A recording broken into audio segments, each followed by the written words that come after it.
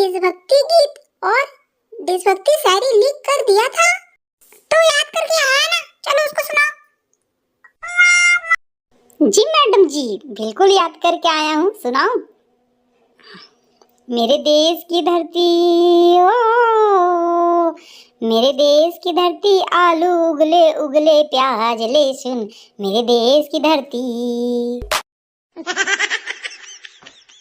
और आगे कौन सुनाएगा, तेरा बाप? No no no. और आगे सुनिए मैडम। डीजे पर जब केसारी का गाना आता है झूम जाते हैं, रात रात भर जागे फिर भी एक गीत याद नहीं कर पाते हैं।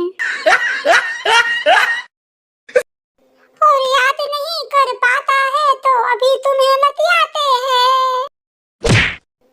कमीना दिन भर खेलकूद करते रहता है, एक भी देशभक्ति गीत याद करके नहीं आया है। चलो चलो शायरी सुनाओ, शायरी याद करके आया है?